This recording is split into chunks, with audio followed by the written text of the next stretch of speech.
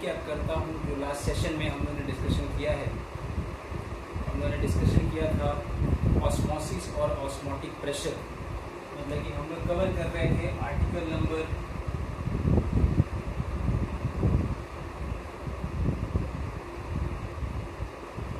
2.6.4 osmosis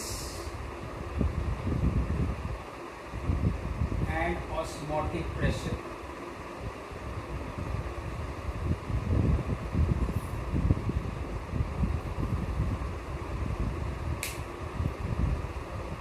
शायद हम लोग ये डिस्कशन कर रहे थे, अगर आप लोग आ जाएं तो एक बार गुड इवनिंग सबको।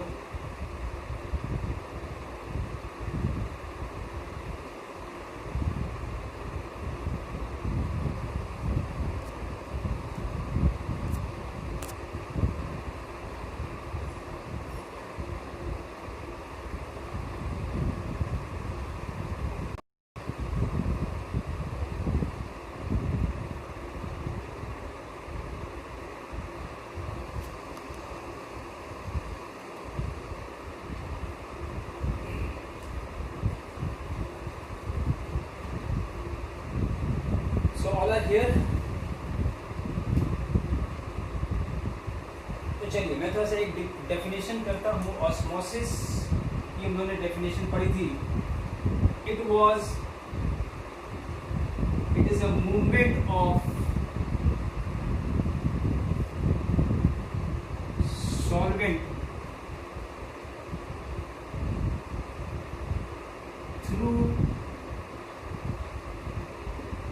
semi-permeable membrane from solvent to solution or from dilute solution to concentrated solution. Good evening. So now once again, तो मैं यहाँ पर आप लोगों को ऑस्मोसिस की डेफिनेशन को एक बार फिर से समझाने की कोशिश करता हूँ, जो हम लोगों ने डिस्कस किया था लास्ट टाइम पे। तो osmosis is the process of movement of solvent when two containers are being separated through a membrane called semi-permeable membrane, which is made up of what certain substances like cellophane paper or even some animal membrane. So that particular membrane serve as a selective membrane. Good evening. The selective membrane which allows only the solvent particles to move through it when the two containers are being separated. And in one container solvent is being kept and the other container is what solution is being kept. So the movement of the solvent to the solution, or if two solutions having different concentrations are also being kept here, then also from dilute solution to concentrated solution. So once again, good evening to everyone. So solvent would be called as hypotonic. So on that day we discussed the movement of the solvent is always from hypotonic to hypertonic.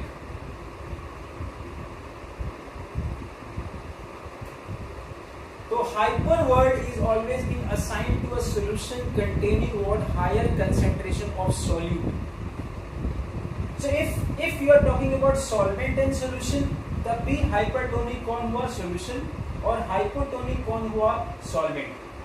और अगर एक आप dilute solution और एक concentrated solution की बात कर रहे हैं तो dilute would be what now hypo and concentrated would be now hyper. So यहां से ये क्लियर होता है कि जब कभी भी सॉल्वेंट का जो मूवमेंट होगा सेमीपेरियल मेम्ब्रेन के थ्रू वो होगा हमेशा हाइपो टू हाइपर, और तब तक होता रहेगा जब दोनों का वेपर प्रेशर इक्वलाइज ना हो जाए या दोनों का कहते हैं osmotic pressure. So the movement of the solvent from dilute solution to concentrated solution, solvent जा रहा है तो नेचुरली दूसरे को डाइल्यूट कर रहा है, तो एक स्टेज ऐसा आएगा जब दोनों सॉल्यूशन का ऑस्मोटिक प्रेशर इक्वल हो जाएगा, तब ये ऑस्मोसिस रुक जाएगा। तो equilibrium would be achieved when the osmotic pressure of solution 1, तो ये सॉल्यूशन 1 है, becomes equal to osmotic pressure of solution 2, ये solution 2 है, तो ऐसे solution को हम लोग आइसोटोनिक solution कहते हैं। So what is isotonic solution? तो isotonic solutions are the two different solution having same osmotic pressure. Pi is what the representation of osmotic pressure, और ये पॉसिबल तभी हो सकता है क्योंकि जब पाई 1 और पाई 2 अगर इक्वल है, तो देखो पाई 1 इज इक्वल टू क्या होता है C1RT, और पाई 2 क्या होता है C2RT। अगर हम पाई 1 और पाई 2 दोनों को अगर इक्वेट कर दें तो इससे ये आता है कि C1RT is equal to what C2RT, तो RT से RT कैंसिल हो गया, तो इससे ये क्लियर हो जाता है कि C1 is equal to what C2.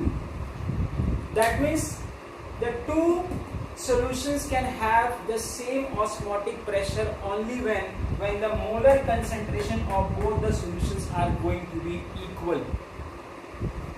तो ऐसे दो सॉल्यूशन को हम लोग आइसोटोनिक सॉल्यूशन कहते हैं जब दोनों का ऑस्मोटिक प्रेशर इक्वल होगा, और ये पॉसिबल तभी हो सकता है जब दोनों का मोलर कंसंट्रेशन इक्वल हो। तो मोलर कंसंट्रेशन का मतलब होता है amount of solute, that is number of moles of the solute dissolved into the given solution are going to be same, then only the two solution can have the same osmotic pressure. So यही reason है कि osmotic pressure एक colligative property है, क्योंकि वो entirely depend कर रहा है किस पे, मोलर कंसंट्रेशन पे, और मोलर कंसंट्रेशन किस पे डिपेंड करता है, number of moles of solute पे। So that is the reason why we can say, or we can just consider this what osmotic pressure as also now the next type of colligative properties. Application फिर से वही होगा कि osmotic pressure की मदद से हम लोग फिर से क्या निकाल सकते हैं, मोलर मास। तो osmotic pressure अगर पता है तो CRT, जहां पर N/V/RT होता है, N है number of moles of solute और V है तुम्हारा volume of solution in litres. तो अगर हम इसको सिंप्लीफाई करें तो N की जगह क्या आ जाएगा बताओ, WB/MB, और ये वॉल्यूम रहेगा ही रहेगा, और इंटू R इंटू T कर देंगे, तो WB/MB/VRT, ये जो है सारा कुछ। तो इससे हम क्या निकाल लेंगे, molar mass. This MB is the molar mass of solute, which again can be determined with the help of this what next colligative property, that is what osmotic pressure. तो अगर किसी solution का osmotic pressure अगर आपको पता है, तो osmotic pressure अगर आपको मालूम है, तो उसमें जो solute dissolved है उसका मास दिया होगा, तो आप उस solute का molar mass आप इससे कैलकुलेट कर सकते हैं। सो अगेन आप समझ सकते हैं कि चौथा कॉलिगेटिव प्रॉपर्टी है, ठीक है, जो कि हम इसकी मदद से ये मोलर मास कैलकुलेट किया जा सकता है। कुछ डे टू डे लाइफ में हम कुछ थोड़ा सा ऑस्मोसिस को और समझने की कोशिश करते हैं। मैं तुम लोगों के सामने एक एग्जांपल कोट करता हूँ, तुम लोग मुझे जवाब देना कि उस एग्जांपल में किस तरीके से ऑस्मोसिस होगा और किधर से किधर होगा। मैं तुम लोगों को एक एग्जांपल कोट करता हूँ, अभी इस पर न्यूमेरिकल्स भी करेंगे, बट बिफोर दैट थोड़ा सा चीज़ों को और समझने की कोशिश करें। तो अभी हमने पढ़ा कि ऑस्मोटिक प्रेशर का मतलब ये हुआ कि अगर कोई इस तरीके से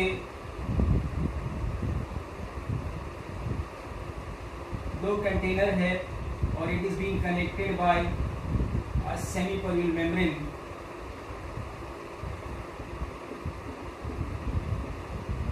तो इधर सॉल्वेंट है और इधर सॉल्यूशन है,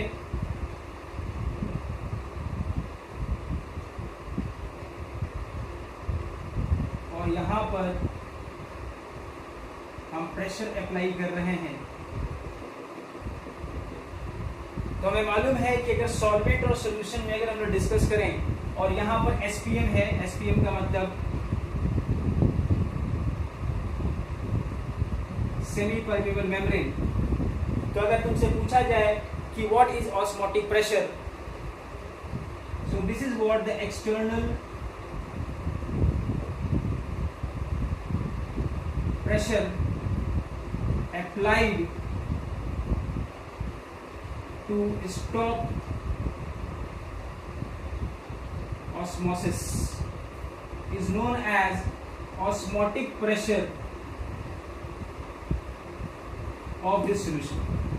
तो किसी भी सॉल्यूशन का अगर ऑस्मोटिक प्रेशर निकालना है तो सॉल्यूशन और सॉल्वेंट को आप दो अलग अलग कंटेनर में रखिए और उसको आप कनेक्ट कर दीजिए एक इस तरीके से जो दोनों कंटेनर को कनेक्ट करे और it is being separated by a semi permeable membrane. Osmosis को रोकने के लिए जितना आपको एक्सटर्नल या एक्स्ट्रा प्रेशर अप्लाई करना पड़ेगा इस सॉल्यूशन पे, क्योंकि नेचुरली सॉल्यूशन का वेपर प्रेशर इस सॉल्वेंट के वेपर प्रेशर से क्या है, कम है, इस वजह से यहाँ पर आपको एक्सटर्नल प्रेशर एक्सर्ट करना पड़ेगा ताकि ऑस्मोसिस न हो, और ये जो एक्सटर्नल प्रेशर आप अप्लाई करेंगे उसी को कहलाता है ऑस्मोटिक प्रेशर। ठीक, अब देखो मैं तुमको थोड़ा सा और एग्जांपल बताता हूँ। मान लो यहाँ पर हमने दो कंटेनर लिया,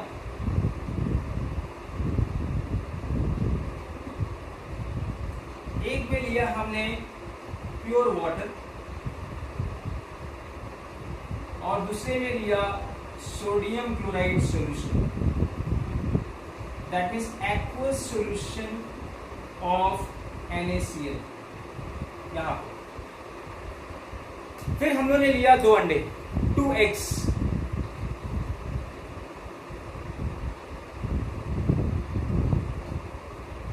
अंडे की जो आउटर कवरिंग होती है it is made up of CaCO3, जो हार्ड कवरिंग होती है अंडे के ऊपर वो कैल्शियम कार्बोनेट होता है।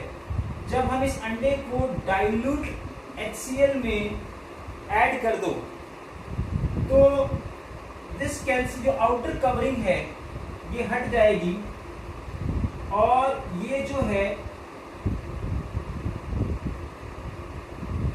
येलो जेली लाइक कवरिंग बाहर आएगी जो सेमी परमेबल मेम्ब्रेन का काम करेगा। ध्यान देना, मैंने क्या कहा कि अंडे को लिया आपने, उसको HCl में डाला, डाइल्यूट HCl में, जिसकी वजह से उसकी कवरिंग निकल गई। Why? Because calcium carbonate when combines with dilute HCl, of course it will form CaCl2, वो निकल जाएगा। अब ये जो आउटर कवरिंग जो बचेगी, तुमने देखा अगर अंडे को अगर ध्यान से देखो, मैं कच्चे अंडे की बात कर रहा हूँ, not talking about the boiled egg. तो कच्चा अंडा का अगर तुम ऊपर की कवरिंग निकाल दोगे with the help of dilute HCl, जो अब ये जो डेलिकेट जो येलो जेली लाइक जो तुम्हारा कवरिंग बचता है, अब वो एक सेमी परमेबल मेम्ब्रेन का काम करेगा। हमने दो ऐसे अंडे तैयार किए और इन दोनों अंडों को यहाँ पर इन दो अलग अलग सॉल्यूशन में डाला।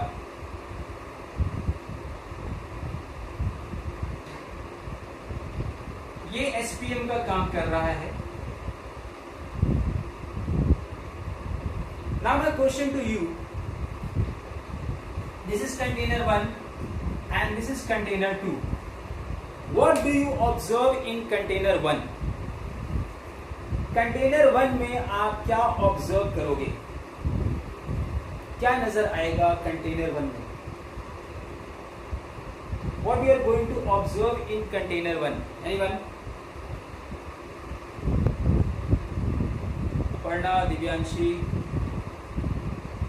Amal, Shakshi, those who are visible to me. Rest अगर कोई और भी है तो आंसर कर सकते हैं। बाकी बताएं, क्या आप ऑब्जर्व करेंगे अगर एक छिले हुए अंडे को जिसकी आउटर कवरिंग निकाली जा चुकी है, ठीक है, उसको अगर हम प्योर वाटर एक कंटेनर में ऐड करें या डालें जिसमें प्योर वाटर हो, तो आपको क्या नजर आएगा, क्या ऑब्जर्व करोगे? Just think what would happen और what should be happen. just waiting for the answer. If you can just respond it quickly, hurry up. What do you observe when an egg whose outer covering is being removed with the help of diluted HCl is being kept into two different containers? Okay, egg will swell up a little bit. Very good. Egg will increase in shape, that is size. Okay, very good. और बिल्कुल सही है ये answer. Volume बढ़ेगा. Okay, egg का volume बढ़ेगा. बिल्कुल बिल्कुल सही कहा तुम लोगों ने. जो भी ये जवाब दे रहे हैं बिल्कुल सही कह रहे हैं कि यहाँ से जो वाटर है, वाटर फ्रॉम आउटसाइड, क्योंकि बाहर जो है हाइपोटोनिक है और अंदर जो है वो हाइपर है. देखो, जो एग के अंदर जो सॉल्यूशन होता है उसकी कंसेंट्रेशन बाहर के कंसेंट्रेशन से क्या है, ज्यादा है. इस वजह से बाहर से पानी जो है अंदर की तरफ जाने लगेगा. और बिल्कुल तुमने सही जवाब दिया है कि एग विल स्वेल, एग का साइज बढ़ने लगेगा. इसको कहते हैं एंडोऑस्मोसिस. यहां पर हो रहा है endosmosis.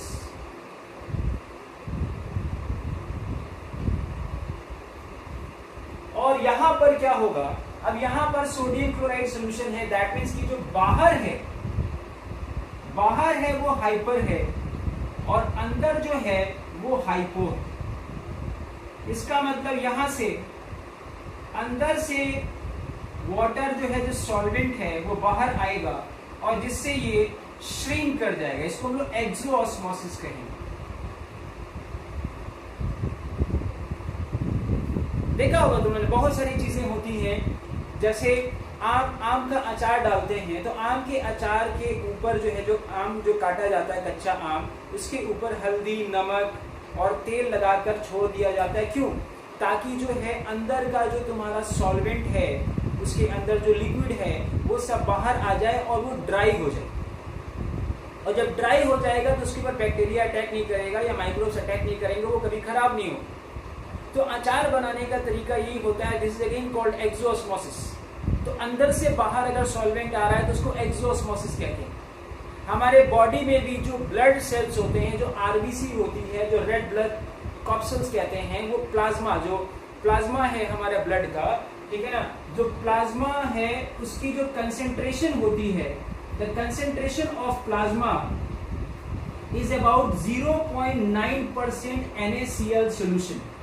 That means the plasma present in our blood, जो उसकी ऊपर आउटर जो कवरिंग है वो एक सेमीपेरल मेम्ब्रेन का काम करता है. उसके अंदर जो सॉल्यूट्स डिसॉल्व्ड हैं, ठीक है ना, उसकी कंसेंट्रेशन अगर हम लोग कंपेयर करें तो एक सोडियम क्लोराइड सॉल्यूशन के 0.9% के बराबर है. That means it is isotonic to 0.9% NaCl solution. सुना होगा कि कभी बॉडी में स्लाइन वाटर चढ़ाया जाता है या ड्रिप चढ़ रही है, इंजेक्शन फ्लूइड किया जाता है, तो ये कहीं ना कहीं उसके ऊपर भी तुमने देखा होगा कंसेंट्रेशन पढ़ना. क्योंकि हम लोग ब्लड के अंदर ये तुम्हारा जो दवाई है या मेडिसिन है या फिर ये जो फ्लूइड है, ये अंदर इंसर्ट किया जा रहा है, इन्फ्यूज किया जा रहा है. तो नेचुरली उसकी कंसेंट्रेशन जो है वो ब्लड प्लाज्मा के कंसेंट्रेशन के बराबर होना चाहिए. अदरवाइज क्या होगा, दो कंडीशन हो सकती है. देखो यही चीज, अगर ब्लड प्लाज्मा या प्लाज्मा जो है वो वाटर के कांटेक्ट में आएगा तो क्या होगा, बाहर से वाटर जो है प्लाज्मा के अंदर जाने लगेगा और ब्लड सेल जो है वो उसका साइज बढ़ेगा और वो बर्स्ट कर जाएगा. और बर्स्ट कर जाएगा तो इसको कहते हैं haemolysis. This is called as haemolysis. तो bursting out of the blood cells due to what, the entry or endoosmosis or entry of the solvent, that is water from the outside inside the cell. तो बाहर से पानी अगर blood cells के अंदर अगर जा रहा है तो उससे ब्लड सेल का साइज बढ़ेगा और अल्टीमेटली वो बर्स्ट कर सकता है. It is very dangerous. So that is the reason why कभी कभार मैक्सिमम जो हम लोग इनटेक करते हैं सॉल्ट, अगर बहुत ज्यादा अगर अपने खाने में सॉल्ट या नमक अगर आप यूज करते हो तो ब्लड सेल्स में सॉल्ट की कंसेंट्रेशन बढ़ने लगती है. और ब्लड सेल में जब सॉल्ट की कंसेंट्रेशन बढ़ने लगेगी तो नेचुरली जो है वो पानी बाहर से अंदर की तरफ आने लगेगा, क्योंकि अंदर की कंसेंट्रेशन बढ़ रही है, अंदर हाइपर हो रहा है और बाहर हाइपो। तो solvent will start entering from the outside to inside and that's why the size of the blood cell will increase, which will increase the blood pressure as well. तो इसीलिए देखो कभी कभार दवाइयों में या डॉक्टर प्रिस्क्राइब करते हैं जिसका हाई ब्लड प्रेशर वगैरह होता है उसको कम नमक खाने के लिए कहा जाता है। तो यही रीजन है, क्योंकि अगर ज्यादा नमक खाएगा तो नेचुरली ब्लड सेल्स के अंदर उसकी सॉल्ट की कंसेंट्रेशन बढ़ेगी और जिसकी वजह से ब्लड प्रेशर और बढ़ेगा, क्योंकि उसके अंदर पानी एंटर करने लगेगा। और उल्टा हो तो उल्टा होगा। उल्टा का मतलब ये होगा कि अगर इनकेस अगर तुम्हारा ब्लड प्लाज्मा किसी एक ऐसे सॉल्यूशन के कांटेक्ट में आए जिसमें बाहर वाले की सॉल्यूशन की कंसेंट्रेशन अंदर वाले की कंसेंट्रेशन से क्या हो, ज्यादा हो, इसका मतलब कि बाहर हाइपर है और अंदर हाइपो है, तो ब्लड सेल से जो सॉल्वेंट है वो निकल कर बाहर आने लगेगा और जिससे कि ब्लड सेल श्रिंक कर जाए। तो shrinkage of the blood cells can also be what takes place due to what the difference in the concentration of what the solution outside and inside. And this phenomena is called as now plasmolysis.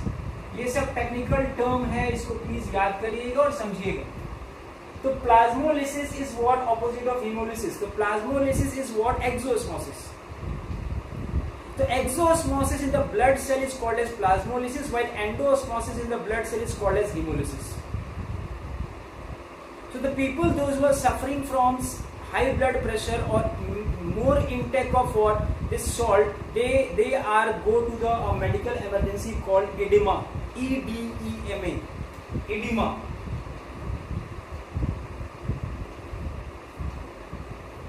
तो ये सारे जो concept हम लोग पढ़ रहे हैं ये इसीलिए पढ़ रहे हैं कि ताकि हम ऑस्मोसिस को और बेहतर तरीके से समझ सकें। तो जो ऑस्मोटिक प्रेशर है वो एंटायरली डिपेंड करता है number of moles of solute. अब देखो यहाँ पर हम लोग ऑस्मोसिस की बात कर रहे थे, ऑस्मोटिक प्रेशर। तो अगर आप सॉल्यूशन के ऊपर एक हद तक प्रेशर बढ़ाओगे टू स्टॉप द ऑस्मोसिस, उसी को क्या कहलाते हैं, ऑस्मोटिक प्रेशर। अब अगर मैं तुमसे कहूं कि if you increase the pressure beyond osmotic pressure, beyond osmotic pressure, तो क्या होगा? अगर तुम एक सॉल्यूशन के ऊपर प्रेशर जो है बढ़ाओ टू स्टॉप द ऑस्मोसिस, उसको कहते हैं ऑस्मोटिक प्रेशर। लेकिन अगर और फर्दर अगर तुम प्रेशर को और बढ़ाओगे तो क्या होगा? What would happen if you increase the pressure on a solution even more than the osmotic pressure? What would happen then? What would happen if you apply a pressure on a solution more than its osmotic pressure? Then what would happen? Yes, किसी ने answer दिया, reverse osmosis. Very right. You are absolutely right, Sakshi. Reverse osmosis takes place. बिल्कुल सही कहा तुमने। Solvent जो है वो इधर से इधर मूव करने लगेगा, इसी को कहते हैं रिवर्स ऑस्मोसिस। आरओ पढ़ा है ना, जो हमारे घर में जो आरओ वगैरह जो यूज होता है उसके पीछे कॉन्सेप्ट यही है। तो हमारे घर में जो आरओ या आरओ का जो तुम्हारा जो प्रिंसिपल है, the working of the RO is based on this only. So इसका मतलब कि आरओ में एक टैंक होता है, उस टैंक में पहले जो तुम्हारा टैप वाटर है वो रिजर्वायर की तरह बिहेव करता है, उसमें वो टैप वाटर पहले स्टोर होता है, उसके ऊपर प्रेशर अप्लाई किया जाता है and if the pressure on that reservoir increases और more than the osmotic pressure of that water, the pure solvent will start coming out and वो हम फिर ग्लास में जो है जो आरओ से जो पानी निकल कर आता है वो फिर वही क्या होता है, प्यूरिफाइड वाटर होता है। लेकिन इसीलिए कभी कभार आरओ हमें नुकसान पहुंचाता है। क्यों? क्योंकि उसमें जो डिजायर्ड मिनरल्स हैं वो भी तुम्हारे वहां रह जाते हैं, क्योंकि केवल प्योर सॉल्वेंट निकल कर आ रहा है बाहर। इसीलिए sometimes even not is being advisable to have the water of the RO.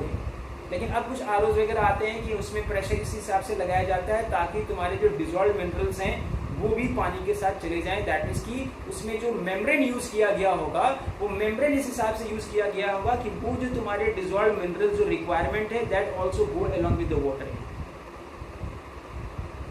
So reverse osmosis is again it's a conceptual part. Reverse osmosis can only takes place if you are applying what? the pressure above solution, and that pressure should always be more than its osmotic pressure. So this is the condition for what this have to have a reverse osmosis. तो समुद्र के पानी को भी साफ किया जा सकता है क्योंकि समुद्र में बहुत सारे डिजॉल्व मिनरल्स हैं, उसमें बहुत ज़्यादा कंसेंट्रेशन होती है। इसीलिए कहने का मतलब ये है कि अगर समुद्र के पानी को अगर हमें रिवर्स ऑस्मोसिस के थ्रू अगर हमें साफ करना है तो नेचुरली हमें एक ऐसा मेम्ब्रेन चाहिए जो इस हाई प्रेशर को झेल सके।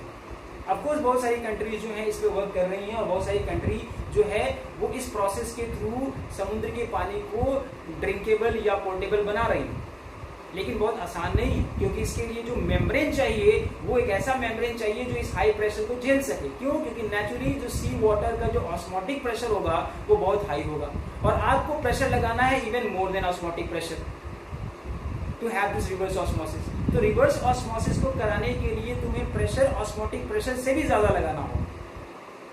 समझ में आ रहा है? तो चलो एक आध क्वेश्चन करते हैं ऑस्मोटिक प्रेशर पे और फिर हम लोग मूव करते हैं next section in the last section of the chapter that is abnormal molar mass. ठीक है, तो I am just going to discuss the numericals based on osmotic pressure. तो I believe everything is clear related to osmosis, reverse osmosis, hypotonic, hypertonic, isotonic, plasmolysis, haemolysis, endosmosis, exosmosis. तो ये सारे जो technical terms हैं इसकी literal meaning आपको clear होना चाहिए विद सुटेबल एग्जांपल्स। ठीक है, तो मैं शायद तुम लोगों ने कुछ क्वेश्चंस वगैरह डिस्कस किया होगा, जो प्रॉब्लम सेशन चल रहा है उसमें कुछ क्वेश्चंस डिस्कस किया होगा तो अच्छी बात है। मैं एक क्वेश्चन ले रहा हूँ that is what given example number 2.11। NCERT book है तुम लोग के पास, प्लीज खोल के रखें ना।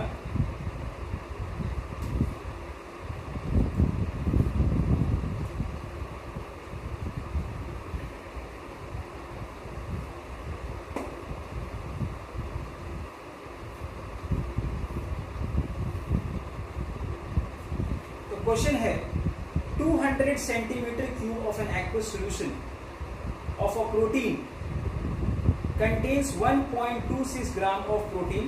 मतलब उसमें जो प्रोटीन डिसॉल्व है उसका मास दिया हुआ है WB 1.26 ग्राम। ठीक है, the osmotic pressure of such a solution at 300 Kelvin is found to be 2.57 into 10 to the power -3 bar. Osmotic pressure दिया हुआ है 2.57 into 10 to the power -3 बार, ये गिवन है at 300 Kelvin। Calculate the molar mass of the protein. तो अब आपको molar mass निकालना है। याद करिए फॉर्मूला क्या था, pi is equal to CRT था। अब CRT को हम यहां पर क्या लेते हैं, N/VRT। N का मतलब हो गया number of moles of solute जो कि कैलकुलेट किया सकता है WB/MB से। वॉल्यूम अगर सेंटीमीटर क्यूब में है तो नेचुरली आपको R इंटू T और इंटू 1000 करना पड़ेगा यहाँ पर इसको लीटर में चेंज करने के लिए, बिकॉज ये मोलैरिटी है, मोल पर लीटर। अब यहां से WB गिवन है दैट इज व्हाट 1.26, पाई की वैल्यू भी दे रखी है 2.57, ये ले लेते हैं, इनटू R की वैल्यू गिवन होगी क्वेश्चन में तो आप देख सकते हैं तो R दिया हुआ है 0.083। ठीक है, और into temperature is be given as 300 kelvin. ये 1000 तो था तुम्हारे फॉर्मूले में ही, और नीचे है अगला MB, और वॉल्यूम ऑफ सॉल्यूशन जो दिया हुआ है वो तुम्हारा कितना दिया है, volume of solution is 200 centimetre cube. So ये सारा कुछ गिवन है। सब्स्टिट्यूट करने के बाद अब आप यहाँ से MB की वैल्यू निकाल लीजिए, और MB की वैल्यू मोलर मास सीधे सीधे आ रहा है, ठीक है ना, 61,022 ग्राम पर मोल।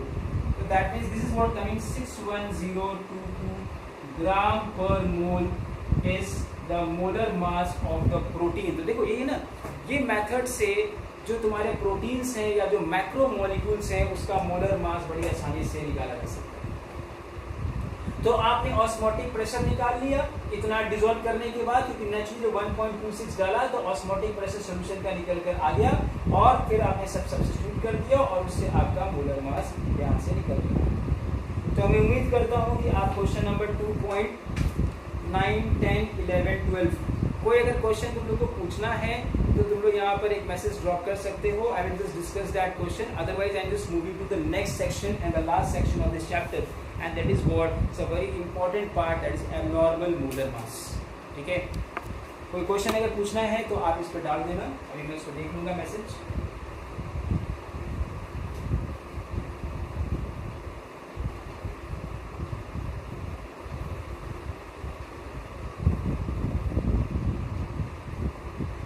सैटरडे को हम लोग केवल क्वेश्चंस डिस्कस करेंगे, तो आज मैं तुम्हारा ये लास्ट आर्टिकल लेने जा रहा हूँ, that is what article number 2.7 जो है एबनॉर्मल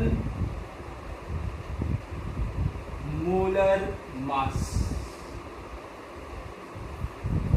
अभी तक हम लोग जो भी डिस्कशन कर रहे थे वो एक ऐसे सॉल्यूशन की बात कर रहे थे, we were discussing the solution of non-volatile and non-electrolyte,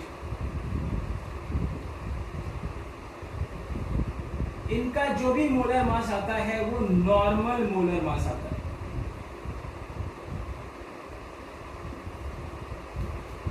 अब हमने इतनी सारी क्वालिटेटिव प्रॉपर्टीज पढ़ी, ठीक है, हम कोई भी एक एग्जांपल ले लेते हैं। मैं मान लो कि एलिवेशन इन हम बॉइलिंग पॉइंट ले लेते हैं, ठीक।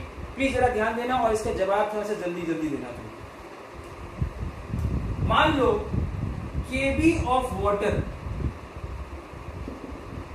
1 ऑफ वाटर है 0.52 केल्विन केजी पर मोल, ये दिया हुआ है। Please pay attention to this. What will be the value of delta TB for 1 molar solution? No. What will be the value of delta TB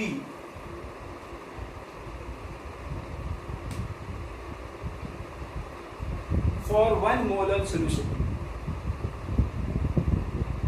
If the kb of water is 0.52 Kelvin kg per mole,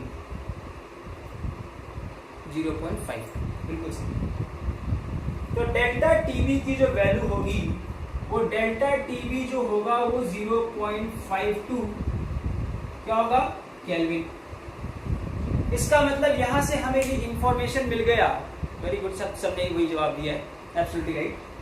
इसका मतलब यहां से हमें ये information मिल गई कि अगर हम 1 मोल ऑफ सॉल्यूट, कौन सा solute, non volatile non electrolyte solute, अगर हम 1 kg ऑफ वाटर में या 1000 ग्राम ऑफ वाटर में ऐड करेंगे तो हमेशा वाटर का बॉइलिंग पॉइंट 0.52 केल्विन से बढ़ जाएगा। ये मानते हो ना, 0.52 केल्विन से बढ़ जाएगा, ठीक, ध्यान देना इस। अब तुमने डाला 1 mole of NaCl, but on adding 1 mole of NaCl in 1000 gram of water, delta TB की जो वैल्यू है वो आने लगी 2 × 0.52 केल्विन। देखो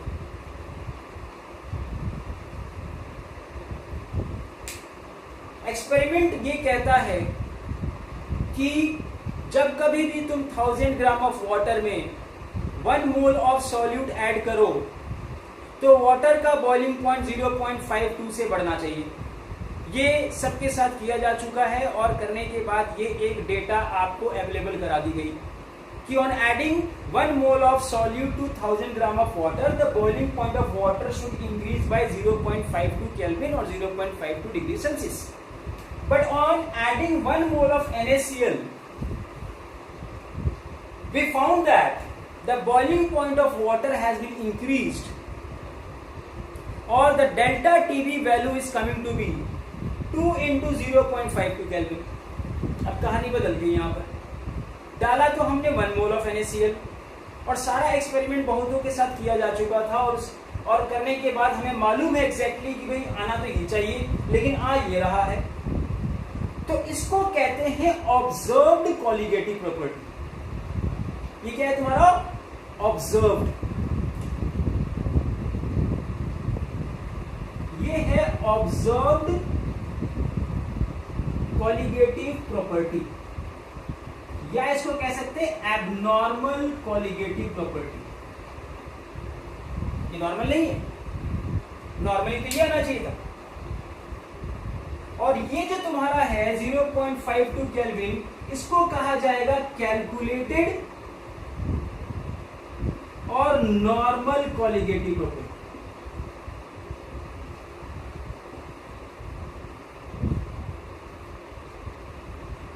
इसी वजह से अब NaCl का नॉर्मल मोलर मास क्या होता है सबको पता है. मतलब NaCl तो हमें मालूम है कि NaCl डाल रहे हैं, तो NaCl का मोलर मास तो सबको मालूम है. कितना होता है बताओ? What is the molar mass of NaCl? बताओ क्या होता है? What is the molar mass of NaCl?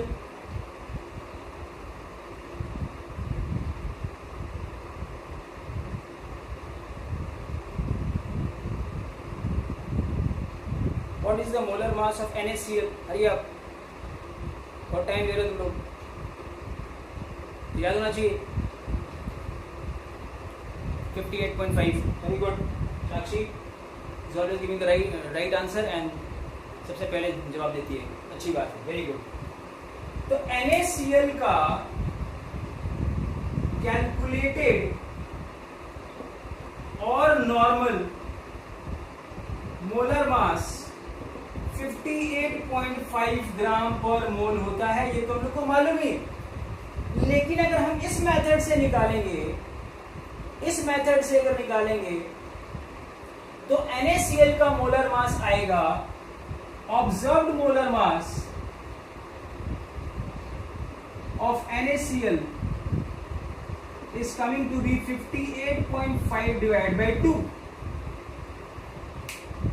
तो कैलकुलेटेड, बिल्कुल सबने सही दिया है 58.5. तो कैलकुलेटेड या नॉर्मल मोलर मास 58.5 है. लेकिन जब हम इस मेथड से निकालें, क्योंकि कॉलिगेटिव प्रॉपर्टी तो एक मेथड है जिससे कि हम लोग मोलर मास डिटरमाइन करते हैं. अब इस मेथड से जब हमने मोलर मास डिटरमाइन किया किसका? NaCl का, तो ये पाया कि क्या आ रहा है 58.5 डिवाइड बाई 2. जबकि हम देख रहे हैं कि हम NaCl डाल रहे हैं, जब हम देख रहे हैं कि 1 मोल डाल रहे हैं, तो जब 1 मोल ऑफ NaCl तुमने डाला है तो 1 मोल ऑफ NaCl का तो मास 58.5 ही आना चाहिए. लेकिन जब बॉइलिंग पॉइंट नापी गई वाटर की, तो वाटर की बॉइलिंग पॉइंट 2 into 0.52 बढ़कर आया, जबकि आना चाहिए था 1 मोल डालने पर 0.52. तो जब इस मेथड से अगर हम लोग मोलर मास NaCl की कैलकुलेट करके आ रहे हैं, तो क्या आ रहा है 58.5 डिवाइड बाई 2.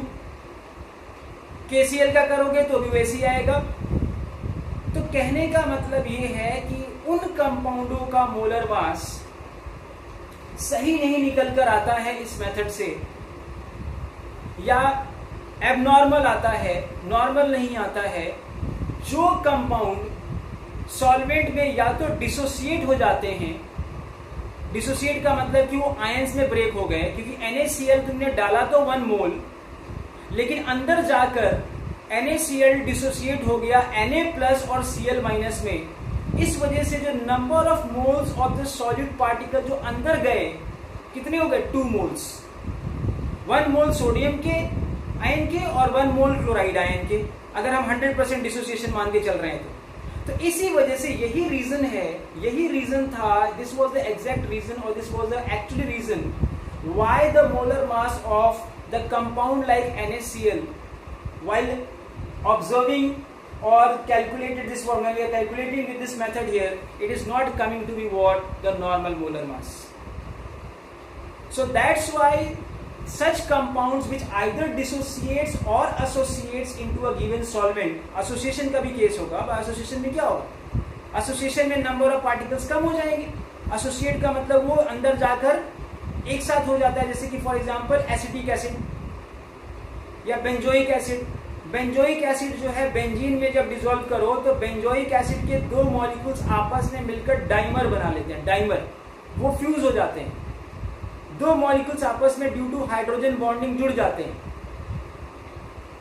सो इसका मतलब तुमने डाला 1 मोल और अंदर जाकर हो गया हाफ मोल, तो इसका मतलब कि अंदर जाकर नंबर ऑफ पार्टिकल्स कम हो गया। और अभी हम लोगों ने पढ़ा कि कॉलिगेटिव प्रॉपर्टी किस पे डिपेंड करता है, नंबर ऑफ पार्टिकल्स पे। तो जितना नंबर ऑफ पार्टिकल्स बढ़ेगा या घटेगा उसी पे तो कॉलिगेटिव प्रॉपर्टी या तो बढ़ेगी या घटेगी। तो डिसोसिएशन के केस में कॉलिगेटिव प्रॉपर्टी हमेशा बढ़ेगी। तो ऑब्जर्व्ड कॉलिगेटिव प्रॉपर्टी की जो वैल्यू आएगी वो कैलकुलेटेड से हमेशा ज्यादा आएगी, किसमें, डिसोसिएशन के केस में। और एसोसिएशन के केस में ऑब्जर्व्ड की जो वैल्यू आएगी वो कैलकुलेटेड से कम आएगी। तो इसी वजह से एक कॉन्सेप्ट डेवलप हुआ, वांट ऑफ फैक्टर। तो उम्मीद करता हूं कि एबनॉर्मल मोलर मास आपको समझ में आ गया होगा। तो एबनॉर्मल मोलर मास का मतलब ये हुआ कि ऐसे सब्सटेंसेस का जब कॉलिगेटिव प्रॉपर्टीज के मेथड से अगर मोलर मास कैलकुलेट किया जाए, ऐसे वो सब्सटेंसेस जो सॉल्वेंट में या तो डिसोसिएट होते हो या एसोसिएट होते हो, तो ऐसे सब्सटेंसेस का मोलर मास जब इन मेथडों में से कोई भी एक मेथड से कैलकुलेट किया जाता है तो नेचुरली ऐसे सब्सटेंसेस का मोलर मास या तो बढ़ा हुआ आएगा या घटा हुआ है। अब देख सकते हो कि NaCl के केस में क्या आ रहा था, घटा हुआ, हाफ आ रहा था जस्ट। और क्यों आ रहा था, क्योंकि वो डिसोसिएट हो रहा था। तो ऐसे सब्सटेंसेस जो डिसोसिएट होते हैं उनका ऑब्जर्व्ड मोलर मास या abnormal molar mass is always less than the calculated one. So 58.5 was the calculated and the observed is coming to be what, 58.5 divided by 2. So abnormal molar mass or observed molar mass of such compounds which dissociates into the solvent would always be lower or less than what the calculated one. And vice versa, उल्टा होगा कि जो तुम्हारा associate होता है, जो associate होंगे ऐसे सब्सटेंसेस का जो ऑब्जर्व्ड मोलर मास है या जो एबनॉर्मल मोलर मास है वो कैलकुलेटेड या नॉर्मल मोलर मास से हमेशा क्या आएगा, ज्यादा है। So that is the reason why there one more concept has been introduced here in order to calculate the actual colligative property और actual molar mass of such substances. तो ऐसे substances का एक्चुअल मोलर मास क्या होगा वो निकालने के लिए फिर मेथड थोड़ा सा बदला गया। भाई ऐसे तो फिर हमेशा गलत आएगा, अगर हम उसके बारे में जानना नहीं चाहेंगे या जानेंगे नहीं तो फिर तो जब भी निकालोगे गलत ही आएगा। तो इसीलिए एक वांट ऑफ फैक्टर इंट्रोड्यूस हुआ। तो वांट ऑफ फैक्टर क्या कहता है, want, VAN', want of factor, इसको रिप्रेजेंट किया गया स्मॉल आई से। अब ये 3 तरीकों से कैलकुलेट किया जा सकता है। नंबर 1, तो पहला देखा अभी तुमने, ऑब्जर्व्ड कॉलिगेटिव, ऑब्जर्व्ड या फिर एबनॉर्मल, दोनों क्या है, ऑब्जर्व्ड या abnormal colligative property divided by what, calculated और नॉर्मल कॉलिगेटिव प्रॉपर्टी।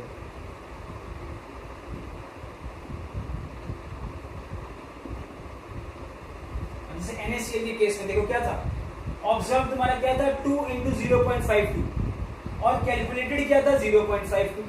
तो 2 × 0.52 को अगर 0.52 से डिवाइड करोगे तो I की वैल्यू क्या आएगी, 2 NaCl के केस में।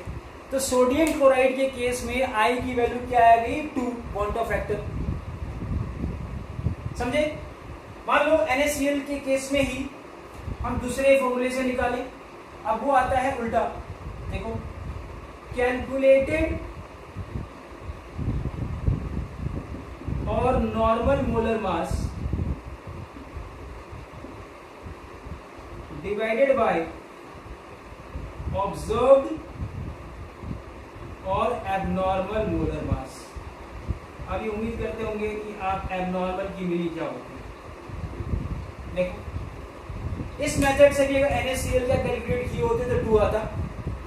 कैलकुलेटेड क्या है तुम्हारा 58.5 था ना, 58.5 और ऑब्जर्व क्या था 58.5 डिवाइड बाय 2, तो 2 ऊपर चला जाता। देखो क्या आता है फिर से answer 2।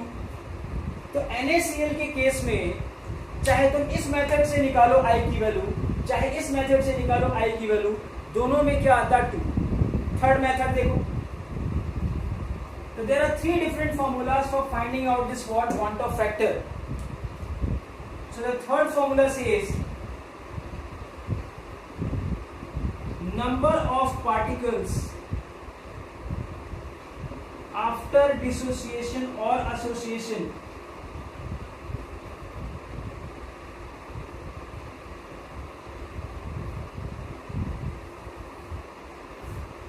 and number of particles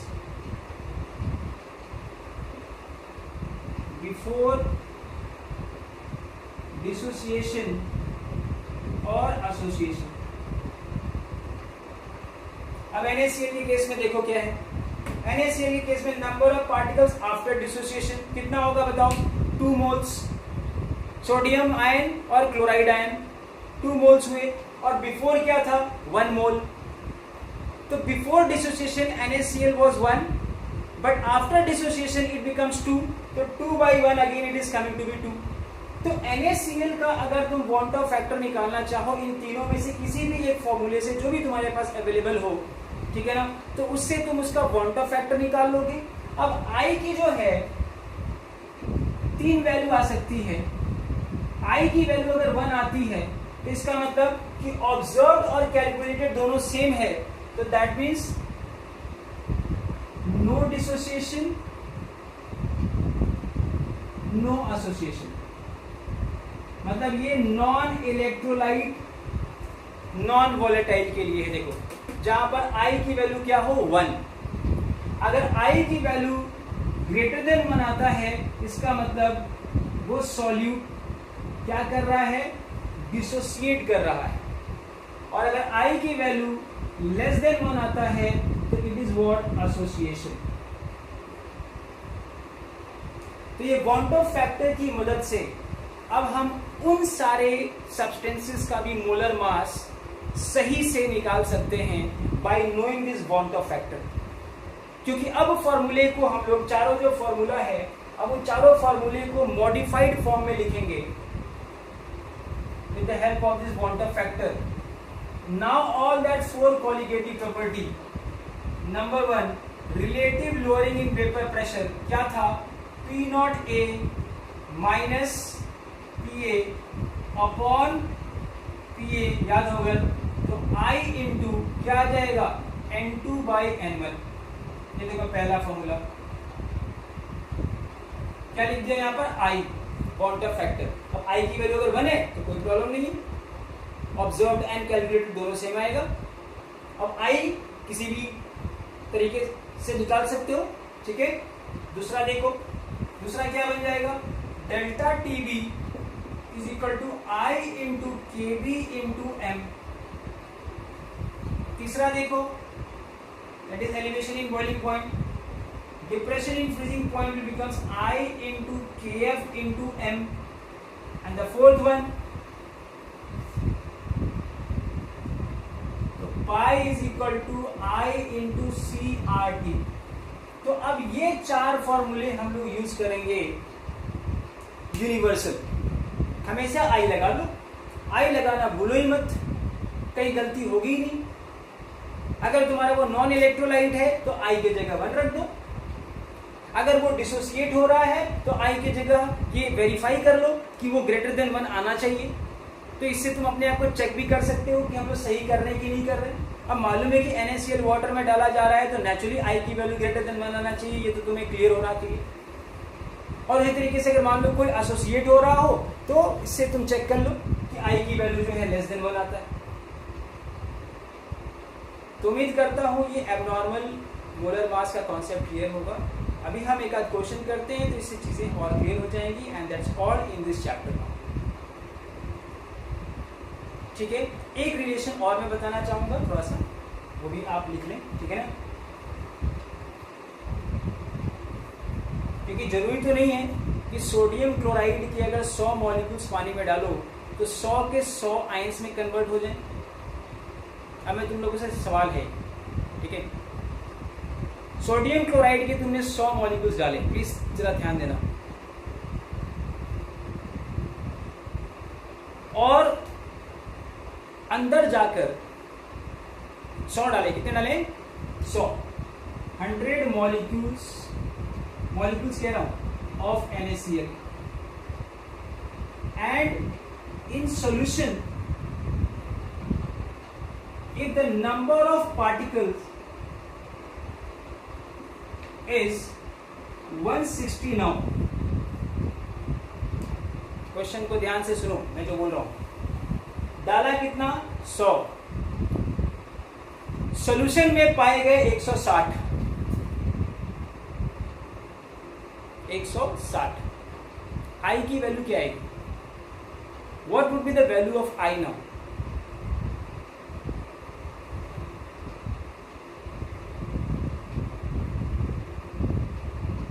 what is the value of I now, want a factor, if the number of molecules of NaCl being added, very good, 1.6, Sakshi again 1.6, Amal, okay, want a factor 1.6 आ गया, देखो proof हो गया कि it is coming to be greater than 1, that means कि क्या हुआ, dissociation. अब अगला सवाल सुनना,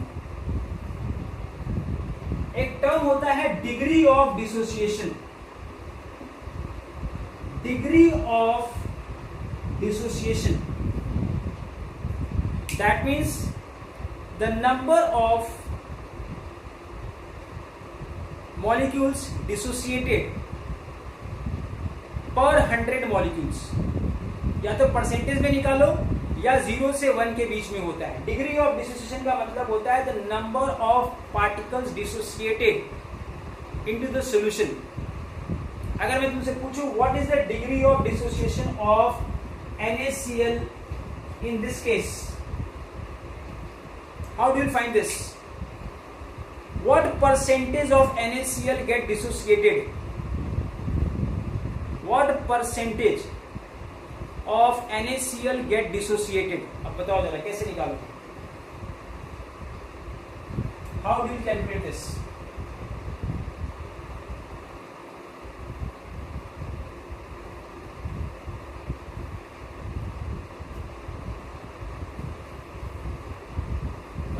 से 80%, 180%, यहाँ थोड़ा सा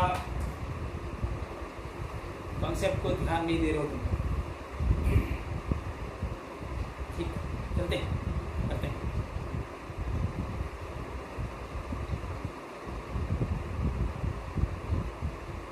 ठीक, देखो भाई NaCl जब डिसोसिएट होता है Na प्लस और क्या देता है, Cl माइनस, ये तो मानते हो। NaCl जब 1 मोल होगा तो 1 मोल इसका बनेगा और 1 मोल इसका बनेगा, बोलो भाई बोलो, बताना। जब ये 100 था इनिशियल ये 100 था तो ये 0 था और ये 0 था,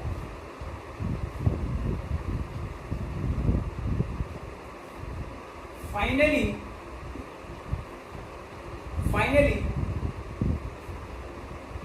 ये 100 माइनस एक्स हुआ, ध्यान देना please pay attention to this, ये 100 माइनस एक्स हुआ तो ये x हुआ और ये x हुआ, मानते हो। दिस 100 माइनस एक्स इनिशियली कितना था, ये 100 मॉलिक्यूल्स, छोड़ दो मोल्स, ये कितना था 100 मॉलिक्यूल्स, तो इनिशियली ये क्या था 0 और ये 0, मतलब डिसॉल्व होने से पहले सोडियम आयन 0 था और ये 0 था। अब मान लेते हैं 100 में से x क्या हुए, डिसोसिएट हुए। 100 में से x सोडियम क्लोराइड क्या हुआ, डिसोसिएट हुआ। तो ये कितना बनेगा x और ये भी कितना बनेगा x।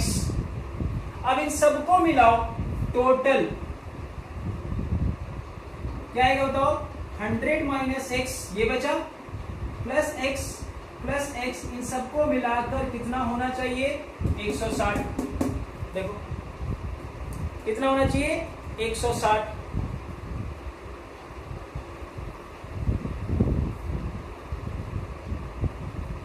बोलो, do you agree with this और नॉट। अब यहां से बोलो क्या आएगा, so 100 plus x is equal to 160। तो x इज इक्वल टू आया 160 माइनस 100, दैट मीन्स ये कितना बना, बोलो ठीक कर रहे ना, यस। सो इसका मतलब x की वैल्यू क्या आई बताओ, x की वैल्यू कितनी आई 60। x की वैल्यू यहां से कितनी आई 60।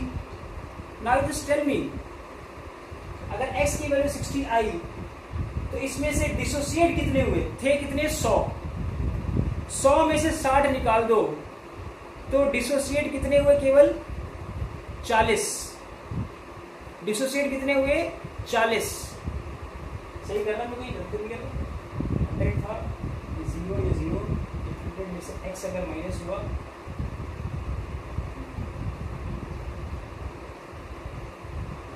x मोड बना होगा, x मोड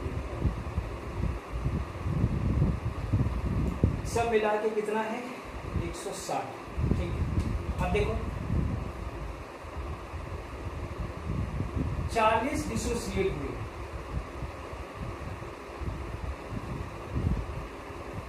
समझे जरा, dissociate the number of NaCl dissociated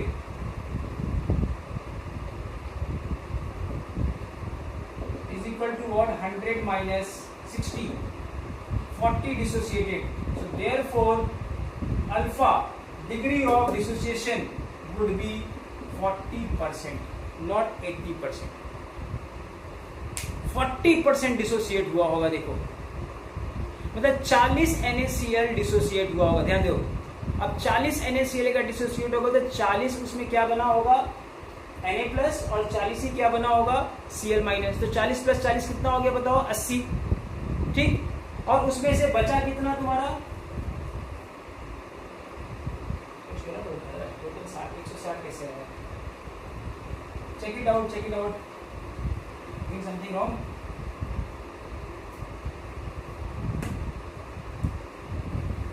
इन सबको मिलाकर 160, the remaining one and this सही आ रहा है 40 40 डिग्री, और ये I डाई ट्राइंगल है, इसको आपको नोट करना चाहते हो, ठीक है। तो नेक्स्ट